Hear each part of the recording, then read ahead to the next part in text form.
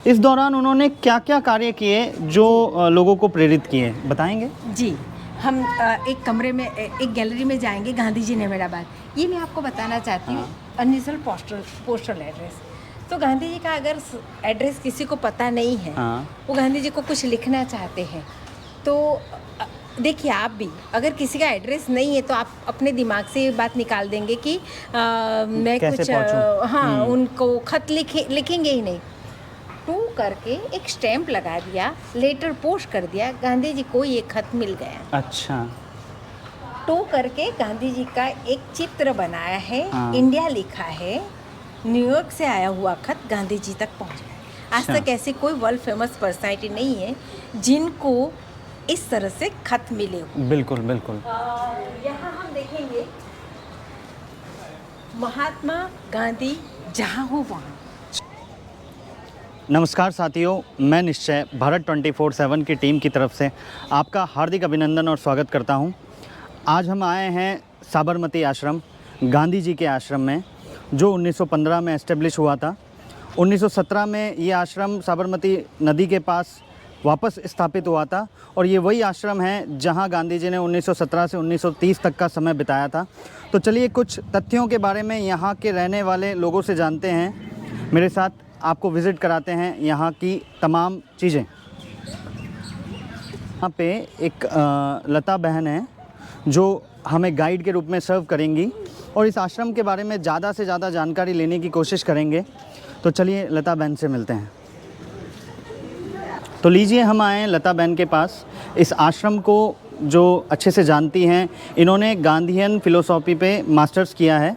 तो अब हम लता बहन से बात करेंगे और जानेंगे इस आश्रम के बारे में ज़्यादा से ज़्यादा। हेलो लता बहन। नमस्कार। कैसे हैं? बढ़िया। कितने समय से आप इस आश्रम में हैं? मैं इस आश्रम में 2007 से जुड़ी। 2007 से पहले भी 5 साल यहाँ ही काम किया है।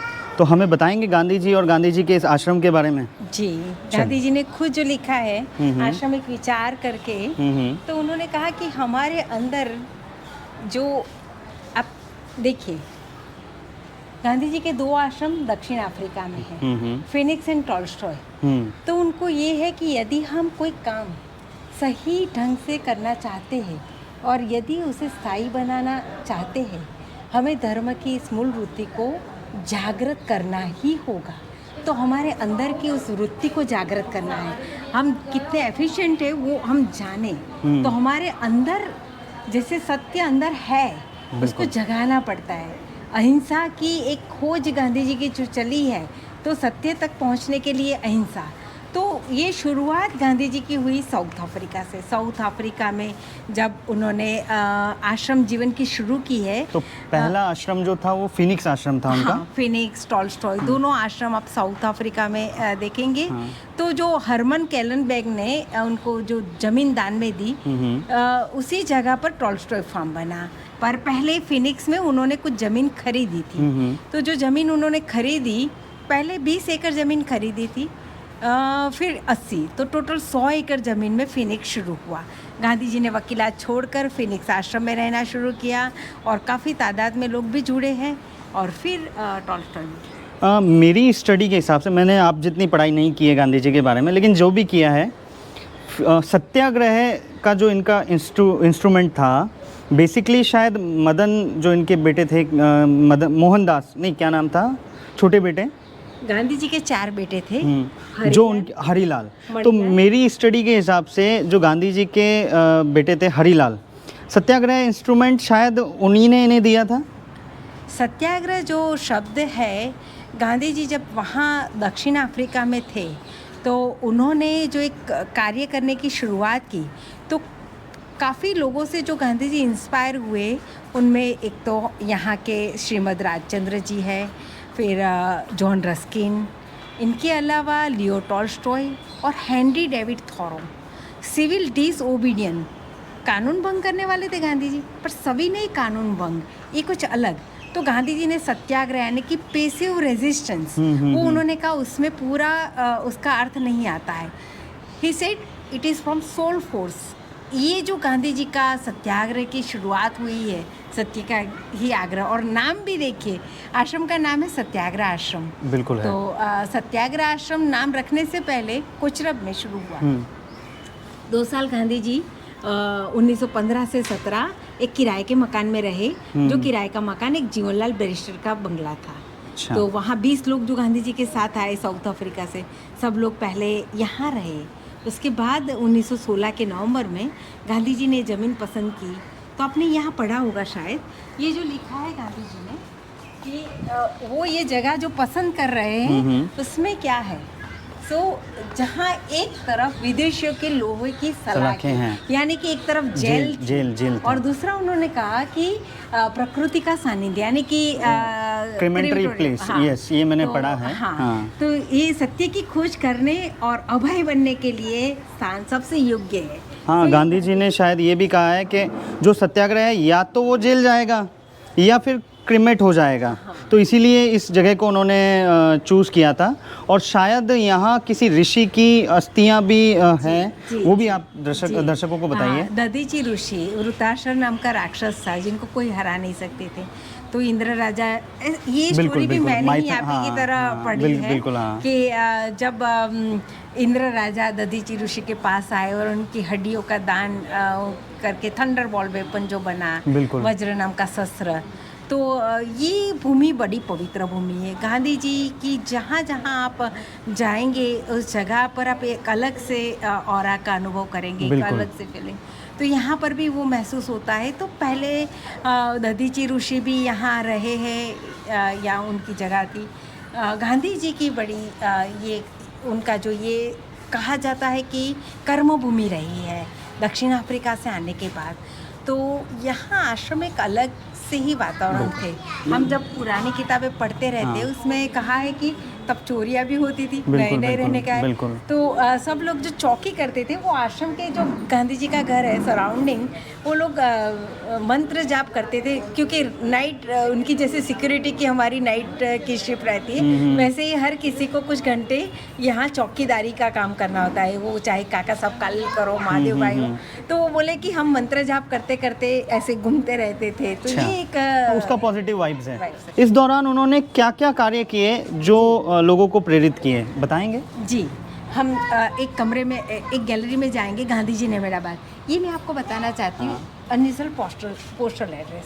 तो गांधी जी का अगर एड्रेस किसी को पता नहीं है, वो गांधी जी को कुछ लिखना चाहते हैं, तो देखिए आप भी अगर किसी का एड्रेस नहीं है तो आप अपने दिमाग से ये बात निकाल देंगे कि मैं कुछ उनको खत लिखेंगे ही नहीं। टू करके एक स्टैंप लगा दिया, लेटर पोस्ट कर दिया, गांधी जी को ये खत मिल गया। अच्छा। टू करके गांधी जी का एक चित्र बनाया है, इंडिया लिखा है, न्यूयॉर्क से आया हुआ खत गांधी जी तक पहुंच गया। आज तक ऐसी कोई वर्ल्ड फेमस पर्सनालिटी नहीं है जिनको इस तरह से खत मिले हो। बिल्कुल बिल्कुल। यहाँ हम देखेंगे महात्मा गांधी जहाँ हो वहाँ, wherever he is। ये कोई एड्रेस हुआ? नहीं, ऑब्वियस नहीं हुआ। गांधी जी को यहाँ तक तो ठीक है कि महात्मा गांधी लिखा है, मेंशन किया है, तो हमें पता चलता है कि महात्मा गांधी को लिखा गया खत है। यहाँ तो ये भी पता नहीं चलता कि महात्मा गांधी, एम.के. गांधी, मोहनदास, कुछ नहीं लिखा है। द ग्रेट अहिंसा नोबल ऑफ इंडिया। कितनी बड़ी बात है। उन्हें स्वयं के नाम से ज़्यादा इन चीज़ों से, उपाधियों से जाना जाता था। अहिंसा के महान भारतीय प्रतीक। तो यहाँ पे उन्होंने डिफरेंट टास्क किए, जिसमें से चरखा भी उनका एक बड़ा टास्क रहा। क्रांति लाने के लिए उन्होंने चरखे का इस्तेमाल किया। तो चरखे के बारे में हमें कुछ बताएंगे? चरखा एक्चुअली उनके जीवन में आया एज ऑफ 48। अच्छा। गांधी जी 40 साल की उम्र में बोल रहे हैं कि चरखा और बुनाई का मशीन दो अलग है। हथकरघा और चरखा अलग है, वो भी मैं नहीं जानता था। अच्छा। 40 साल तक, और बचपन में उन्होंने देखा हुआ था। चरखा उनको मिला एज ऑफ 48। और तब उन्होंने सीखना शुरू किया, फिर हर रोज चलाते थे। आपने जो सवाल कहा था कि 15 साल गांधी जी, तो ये पूरा गांधी जी इन अहमदाबाद, गांधी जी अहमदाबाद में। अच्छा। तो ये जो अहमदाबाद में गांधी जी के सारे कार्यों की पूरी माहिती एक गैलरी में है। अच्छा। जैसे कि गोपाल कृष्ण गोखले उनके पॉलिटिकल लीडर थे। हाँ। उन्होंने गांधी जी को कहा था आंखें खुली रखना, कान खुले रखना, मुंह बंद। एक साल भर गांधी जी को किसी लोग जनता को एड्रेस करने के लिए गोपाल कृष्ण गोखले जी ने मना किया था। क्यों? क्योंकि पहले गांधी जी को भारत दर्शन करना है, भारत का अवलोकन कीजिए। अंग्रेजों ने किस तरह से गुलाम बनाए रखा है और क्या है भारत की दशा, उसको देखने के लिए गोपाल कृष्ण गोखले जी ने इंसिस्ट किया था। सो गांधी जी पहले भारत भ्रमण किया, उसके बाद वो कहाँ रहना है वो सोच रहे थे। अहमदाबाद के लोगों का आग्रह था, गांधी जी ने भी सोचा। तो अब आत्मकथा में उन्होंने इनके बारे में। सारी बातें बताई है कि कहाँ कहाँ से उनको आमंत्रण मिले और why he select this Ahmedabad. तो अहमदाबाद में वो रहे हैं 15 साल। उसमें शुरुआत में 2 साल किराए के मकान में रहे, कोचरब आश्रम पालडी, और 40 रुपया किराया देकर रहे। वहाँ पर भी उन्होंने देखा कि एक हरिजन परिवार रहने के लिए आया, तब जो मुश्किल झेली गांधी जी ने, वो गांधी जी ने भी लिखा है कि कुछ महीनों में ही आ जाएंगे वो पता नहीं। गांधी जी के आश्रम की एक आचार संहिता उन्होंने खुद तय की थी। Seth Mangaldas we invite them here. Okay. Gandhi ji ने जमीन खरीदी, जो वो दस्तावेज आप यहाँ देख सकते हैं। 1916 के नवंबर में पसंद की थी, 1917 में उनके नाम पर ये ज़मीन खरीदा गया है।